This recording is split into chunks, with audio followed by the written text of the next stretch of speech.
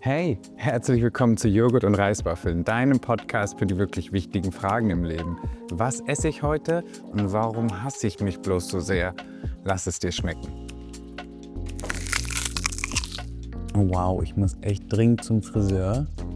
Ich sehe bald nichts mehr. Das erinnert mich ein bisschen an meine Emo-Phase 2009, wo ich die Haare dann immer mit so Zuckungen aus dem Gesicht geworfen habe, damit ich auf dem einen Auge nicht blind bin. Aber zum Glück geht's heute Abend zum Friseur. Okay, ich liebe meine Friseurin über alles. Die schiebt mich immer in jede noch so kleinste Lücke und die ist ganz, ganz toll. Aber heute hat sie zu viel abgeschnitten. Ich bin richtig traurig. Muss alles wieder wachsen. Die Komfortserie. Und guck mal, wenn du per Video dabei bist, was heute gekommen ist, kann man gerade richtig lesen. Ja, musst du leider ins Video schauen, um herauszufinden, was es ist. Ich weiß, ist ein bisschen cheesy, aber ich find's geil. Okay, zurück zum Video. Ich schlafe in letzter Zeit nicht so gut, aber nicht, weil ich traurig bin, sondern einfach, ich habe so viele Gedanken im Kopf zu dem Podcast und meiner Selbstständigkeit und das ist alles gerade super aufregend, aber manchmal würde ich mir dann doch wünschen, dass ich noch 2 Stunden länger schlafen könnte. Na gut, vielleicht nächste Woche irgendwann. Aber zuerst möchte ich mich einmal bei dir bedanken. Und zwar gehörst du wahrscheinlich, wenn du jetzt hier wieder eingeschaltet hast, zu den Leuten, die auch die letzte Podcast-Episode mit Nadine gehört haben. Und ich habe gerade mal reingeschaut, es sind einfach über 40 Leute, die sich die komplette Podcast-Episode angehört haben. Und ich weiß, das klingt erstmal nicht nach viel, aber ich finde so über 40 Leute, die fast 50 Minuten das ganze Gespräch sich anhören und das, ja, finde ich mega und bedeutet mir ganz viel. Und ja, es ist wirklich irgendwie auch aufregend und besonders auch das schöne Feedback von ein paar von euch war wirklich total herzerwärmend und deswegen danke einmal an dieser Stelle und deswegen machen wir direkt weiter mit Episode 2, einer weiteren Portion von Joghurt und Reiswaffeln. Nadine ist hier auch das Stichwort und zwar hat mich die Episode mit Nadine zum heutigen Thema inspiriert, denn wenn ich Nadine für irgendwas dankbar bin, dann für die 5 Jahre, in denen sie sich jeden gottverdammten Tag meine Beziehungsissues angehört hat. Also während ich quasi Psychologie studiert habe, war sie meine unbezahlte Therapeutin für Beziehungsprobleme. Das sah dann quasi jeden Tag so aus. Mag er mich noch? Mag er mich immer noch? Ich habe ihm das geschickt. Meinst du, er mag mich jetzt immer noch? Ach, weißt du was? Ich schreibe ihm jetzt erstmal nicht mehr, damit er mich dann wieder mag. Und warum zur Hölle wollen bloß immer alle heißen Typen nur Sex? Gott, wie ich das gar nicht vermisse. Aber ja, jetzt habe ich schon seit 5 Jahren die perfekte Beziehung und den perfekten Mann. Und nein, ich wurde nicht gezwungen, das zu sagen. Aber es war wirklich ein langer Weg dorthin. Und deswegen habe ich mir gedacht, dass ich heute mal mit dir über Bindungstypen reden möchte. Denn du musst wissen, es gibt genau 3 Bindungstypen. Sicher gebundene Menschen, unsicher gebundene Menschen und unsicher ambivalent gebundene Menschen. Wie kommt das Ganze zustande?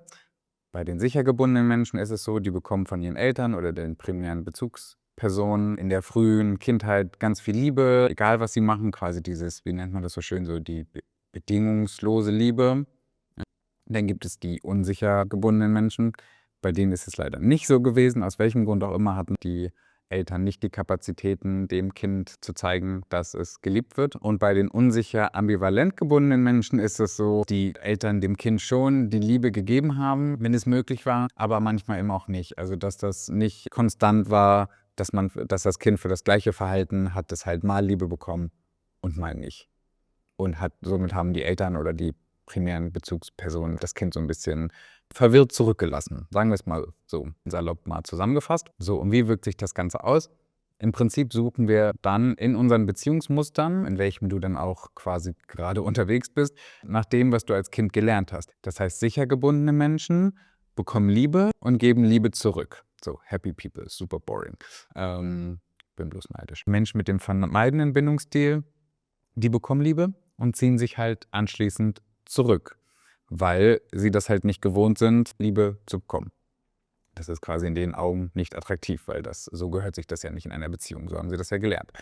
Und unsicher gebundene Menschen springen dann total auf diesen Wechsel an. Das heißt, auf Menschen, die ihnen dann schöne Augen machen und dann wieder mit dem Arsch nicht angucken und dann wieder schöne Augen machen und wieder mit dem Arsch nicht angucken. So klassisches Ich liebe dich und dann wieder Ghosting.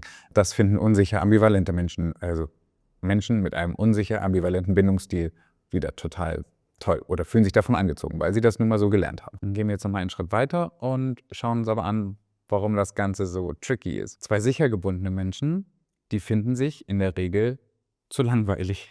Sagen wir es mal so, sicher gebundene Menschen finden halt Menschen mit, ich sag mal, ihren Geschichten und Issues und Narben schon spannend, weil das ist ja nicht in Anführungsstrichen so langweilig, wie sie sich selber fühlen, sehen, aufgewachsen sind, sondern das ist eben spannend, weil es anders ist. Und deswegen sind einfach sicher gebundene Menschen und sicher gebundene Menschen finden sich meistens nicht so attraktiv. So, dann haben wir die Vermeidenden, die sich dann bei der Zuneigung von den sicheren, also wenn ein vermeidender Bindungstyp auf einen sicheren Bindungstyp trifft, dann ziehen sich die mit dem vermeidenden Bindungsstil halt zurück, weil denen ist das zu viel Liebe, die finden das nicht attraktiv. Wenn da jemand kommt und sagt, du, ich gebe dir alles, ich mag dich genauso wie du bist, ich liebe dich, die sagen, oh, das kenne ich so nicht, das brauche ich nicht, das will ich nicht. Und dann unsicher gebundene Menschen, die mit einem sicher gebundenen Menschen zusammenkommen wollen, wie auch immer, ja, die finden halt leider den sicher gebundenen Menschen wiederum zu langweilig, weil ihnen fehlt ja die 50% mit dem Arsch nicht angucken. Also die brauchen ja dieses Wechselspiel von, ja, mach mir schöne Augen und zeig mir, dass du mich interessant findest und wir haben einen tollen Abend. Aber dann fehlt ja dieser Teil von, du musst mich jetzt nochmal eine Woche ignorieren. Finden die unsicher gebundenen Menschen die sicher gebundenen Menschen nicht so spannend. Mein Gott, das wird ein richtiger Zungensalat hier. Und dann haben wir noch die unsicheren, unsicher gebundenen Menschen und die vermeidenden, also die mit dem vermeidenden Bindungsstil. Ich hoffe, du kannst mir folgen, wenn dann die Menschen mit dem vermeidenden Bindungsstil und die Menschen mit einem unsicheren Bindungsstil zusammenkommen. Die spielen dann so ein ewiges Katz-und-Maus-Spiel zwischen der unsicher gebundene zeigt Interesse, das findet der vermeiden, also der mit dem vermeidenden Bindungsstil, der keine Zuneigung von den Eltern bekommen hat, uninteressant und der zieht sich dann zurück. Dann ziehen sich die unsicher gebundenen Menschen wieder zurück, weil sie dann sagen, ja okay, dann mache ich mich jetzt wieder interessant oder ich brauche ihn nicht mehr. Dann kommt der Vermeiden und sagt, oh Mensch, jetzt ignoriert mich ja die andere Person. Das finde ich ja jetzt wieder spannend. Dann geht also die Person mit dem vermeidenden Bindungsstil wieder auf die Person mit dem unsicheren Bindungsstil zu. Das findet die Person ja dann auch wieder toll, weil vorher ignoriert, jetzt wieder Zuneigung. Dann sagt die Person mit dem unsicher gebundenen Bindungsstil, ah cool, dann finde ich dich ja doch toll, zeigt wieder Zuneigung und dann macht sich die Person mit dem vermeidenden Bindungsstil wieder aus dem Staub und dann geht das die ganze Zeit hin und her bis an ihr Lebensende. Kurze Frage an dich. Was meinst du, was für ein Bindungsstil trifft auf dich zu? Bist du sicher gebunden, unsicher gebunden? Oder hast du einen vermeidenden Bindungsstil? So, jetzt habe ich erklärt, warum das Ganze so tricky ist. Klingt erstmal wahnsinnig deprimierend. Ist es auch. Kann ich irgendwie ehrlich gesagt gar nicht so richtig schönreden. Aber das Schöne ist, man kann seinen Bindungsstil ändern. Also man ist nicht, weil man einmal einen bestimmten Bindungsstil entwickelt hat, für immer an diesen Bindungsstil gekoppelt. Also das muss nicht für immer dein ganzes Beziehungsleben bestimmen. Außer du drehst dich halt immer wieder in diesem Hamsterrad und verstärkst halt die Erfahrungen, die du gemacht hast, immer und immer und immer und immer wieder, dann wird es natürlich auch schwerer, da rauszukommen. Und genau wie wir auch heute daten mit Dating-Apps und Swipes und so, das macht das Ganze noch viel schlimmer oder noch viel schwieriger, sagen wir es mal so. Dating-Apps können ja auch gut sein. Da mache ich irgendwann mal eine ganz eigene Podcast-Folge zu Dating und Dating-Apps. Dann gibt es richtiges Grindr-Bashing. So, und warum ist mir das Ganze jetzt so wichtig? Weil es einfach so unfassbar anstrengend ist und für ganz viele so ein unfassbar langer Leidensweg. Für mich war es das auch, bis ich da angekommen bin, wo ich heute bin.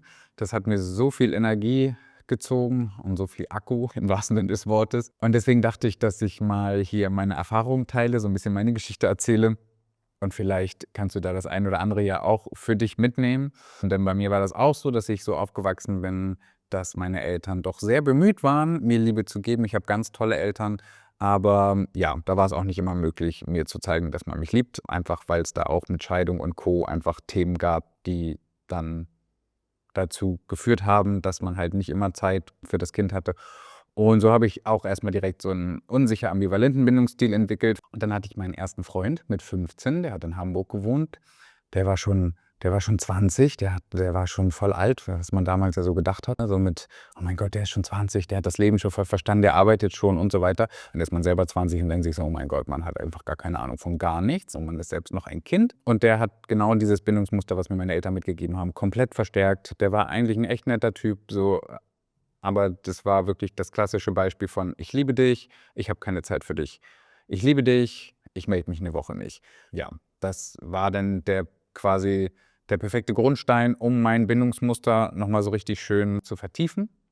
Den zweiten, den ich dann toll fand, und bei dem war das ganz genauso, ganz komisch. Und der kam aus Niederbayern. Ich glaube, der hört sogar zu. Fun Fact, weil man kann ja so schön gucken bei den Podcasts, wo kommen die Leute her, die zuhören. Und weil ich weiß, dass er mittlerweile in der Schweiz lebt und ich einen Zuhörer aus der Schweiz hatte, könnte ich mir vorstellen. Grüße gehen raus. Und ich traue mich bis heute nicht, eine abschließende Diagnose zu stellen, ob er auch unsicher, ambivalent gebunden war oder einen vermeidenden Bindungsstil hatte. Aber auf jeden Fall hat das sehr gut in mein bestehendes Beziehungsmuster gepasst. Und dementsprechend, ja, war auch das nicht von Erfolg gekrönt. So, und dann habe ich dieses Muster für Gott verdammte 13 Jahre lang wiederholt und wiederholt und wiederholt. 13 Jahre komplett beziehungsunfähig. Zumindest habe ich das irgendwann gedacht. Bis Corona, denn kurz vor Corona oder am Anfang von Corona, so richtig verschwimmt ja die Zeit, was Corona angeht, hat mir dann auch ein Typ, den ich sehr mochte, den Laufpass gegeben. No hard feelings. Ich bin da generell sehr happy, dass mit allen, mit denen ich noch Kontakt habe, man könnte jederzeit ein Bierchen trinken gehen. Deswegen kann ich das, glaube ich, alles auch so frei von der Leber erzählen. Aber das hat dann halt auch nicht gepasst, auch wenn ich mir das vielleicht zu dem Zeitpunkt sehr gewünscht hätte. Und dann habe ich jemanden kennengelernt, der sicher gebunden war. Und im ersten Moment war der mir halt auch viel zu langweilig. Mein Freund wird es lieben, wenn er das hört. Also ich habe einfach nach diesem Heartbreak, den ich in dem Moment hatte, gar nicht erst versucht, so Spielchen zu spielen und mich irgendwie attraktiver zu machen. Das, was ich in der Vergangenheit halt immer gemacht habe. Also dann weiß ich nicht, so zu tun, als würde ich gar nicht so viel schreiben oder als würde ich gar nicht so viel reden oder als wäre ich überhaupt nicht emotional. Und die Spielchen habe ich da gar nicht gespielt, weil ich war es leid und ich hatte keinen Bock mehr und ich fand Dating und Männer und ich fand das alles nur noch zum Kotzen. Aber es war ja Corona und dann, habe ich gedacht, dann können wir ja spazieren gehen und er war ja auch nett. Und ich war dann halt einfach, wie ich war. Also ich habe auch geheult und ich habe auch gesagt, dass es mir nicht gut geht und dass ich emotional aktuell nicht verfügbar bin und der ist einfach geblieben und hat mich nicht zum Teufel gejagt und ich war wirklich gerne bei ihm. Ich habe gerne mit ihm Zeit verbracht. Jetzt ohne dieses typische Bugs Bunny-Feeling, was ich ja sonst hatte, also diese Dopamin-Achterbahn, sondern es war einfach ein total entspanntes Zusammensein. Und dann haben wir viel Zeit miteinander verbracht und ich habe dem Ganzen sozusagen mehr Zeit gegeben, als ich das sonst bei diesen sicher gebundenen Beziehungen gemacht habe. Und dann kam auf einmal der Tag, an dem ich zu Hause auf dem Sofa gesessen und gedacht habe, was ist, wenn er auf einmal jemanden findet, der emotional verfügbar ist? Was ist, wenn der dir morgen schreibt, du, ich habe jemanden kennengelernt und du warst ja nicht so richtig emotional verfügbar, hast ja gesagt, dass es dir nicht so gut geht und deswegen, ja, den möchte ich jetzt kennenlernen. Und er hat gesagt, nee, das geht gar nicht. Das wäre richtig scheiße. Und dann, weiß ich nicht, habe ich richtig gemerkt, so, oh mein Gott, ich habe mich über die Wochen und Monate, in denen ich das halt einfach laufen lasse, ich habe mich komplett verliebt. So, weil ich es zugelassen habe über diese Zeit.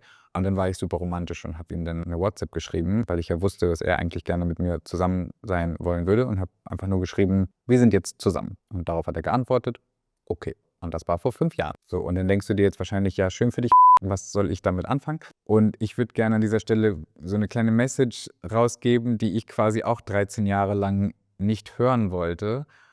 Und zwar, du musst auch aktiv was gegen deinen Bindungsstil tun oder für deinen Bindungsstil, wie auch immer du das nennen möchtest. Weil ansonsten wirst du dich in diesem Hamsterrad einfach für immer drehen, wenn du dir immer wieder die gleichen Muster oder dich immer wieder in die gleichen Muster begibst. Also lass uns jetzt einmal schauen, was wir für einen gesunden Bindungsstil tun können. Erstens, identifiziere deinen Bindungsstil. Ich hoffe, dass dir die Episode bisher schon ein gutes Gefühl dafür gegeben hat, in welche Kategorie, die du dich sozusagen einordnen würdest. Also ob du eher vermeidest, ob du sehr unsicher bist oder ob du sicher gebunden bist. Wenn du sicher gebunden bist, super schön. Dann brauchst du diese Podcast-Episode wahrscheinlich gar nicht. Genau, dann geht es im nächsten Schritt darum, deine Muster zu erkennen, die Auslöser, die dich vielleicht unsicher machen oder die dafür sorgen, dass du dich zurückziehst. Und vielleicht schreibst du dir auch einmal auf, was deine Kindheitserfahrungen sind, woran du dich erinnerst. Vielleicht sprichst du sogar mal mit deinen Eltern, wie die Zeit damals war, um so ein bisschen Gefühl dafür zu kriegen, was quasi deine Ausgangssituation ist. So, dann Punkt 2, arbeite an deiner Selbstwahrnehmung. Stärke dein Selbstwertgefühl und dein Vertrauen in dich selbst. So, das heißt, versuch einfach dir selbst auch ein bisschen mehr zu vertrauen und ein bisschen mehr Liebe zu schenken. Da einhergehend, lerne deine eigenen Bedürfnisse zu erkennen und auszudrücken. Also mach dir wirklich bewusst, was du brauchst und kommuniziere das dann auch mit deinem Partner oder mit der Person, die du dann vielleicht interessant findest, auch mit der Angst zu leben, okay, dann könnte die Person vielleicht weggehen, weil du einfach ehrlich gesagt hast, was du gerade brauchst. Und übe dich in Selbstmitgefühl und Akzeptanz dir gegenüber. Punkt 3, Beziehungsarbeit. Wähle im besten Fall einen Partner mit einem sicheren Bindungsstil oder zumindest jemanden, der versucht, an seinem Bindungsstil zu arbeiten. Also jemand, der auch schon für sich diesen Prozess der Selbsterkenntnis hinter sich hat und sagt, okay, er möchte was ändern und möchte an seinem Bindungsstil auch etwas ändern und auch daran arbeiten. Wir haben gerade schon darüber geredet, dass du offen und ehrlich darüber reden kannst, was du brauchst. Lerne Grenzen zu setzen. Gerade in diesem Dating-Prozess ist das ein ganz wichtiger Punkt, dass du für dich auch selber weißt, bis wohin willst du gehen und bis wohin nicht und was kannst du nicht oder was möchtest du nicht. Versuch dir da wirklich auch selber Grenzen zu setzen, die du persönlich auch respektierst. Übe dich daran, Vertrauen auch deinem Gegenüber aufzubauen, weil wir sind wahnsinnig misstrauisch irgendwann, wenn wir so verdorben sind mit unseren Beziehungserfahrungen oder so geschädigt sind, so viel Leid schon erlebt haben, dass wir dann irgendwann niemandem mehr vertrauen. Auch darin muss man sich üben und versuche dann in dieser Beziehungsarbeit auch die Konflikte konstruktiv zu lösen. Und Punkt 4, es ist total okay, wenn du dir professionelle Hilfe dafür suchst, weil Beziehungen bestimmen unser Leben. Und die richtigen Beziehungen in unserem Leben machen einen so großen Anteil unserer Lebensqualität aus. Und deswegen ist es nur richtig, für so einen wichtigen Teil auch Hilfe einzufordern, wenn du das Gefühl hast, dass du das alleine nicht schaffst. Wenn du magst, kannst du da auch gerne mal auf meiner Website vorbeischauen. Aber ganz wichtig, der Weg ist das Ziel. Diese Veränderung von so einem Bindungsstil, das passiert nicht von heute auf morgen. Das erfordert Zeit, das erfordert Geduld und feiere da auch schon die kleinsten Erfolge. Und es ist wirklich auch Übungssache, dich verletzlicher zu zeigen, transparenter zu sein mit dem, was du fühlst und mit dem, was du brauchst. Das ist am Anfang super schwer, sich in der Form zu öffnen. Wenn du aber irgendwann lernst, dich besser öffnen zu können, nur dann kann dein Gegenüber auch darauf eingehen. Und bitte denk immer daran, du bist wunderschön mit all deinen Narben. Und ich hoffe ganz doll, dass du das auch siehst. Und das soll es für heute gewesen sein. Ich freue mich schon auf die nächste Podcast-Episode mit dir. Danke dir fürs Zuhören. Ich bin raus für heute. Dein Felix. Ciao.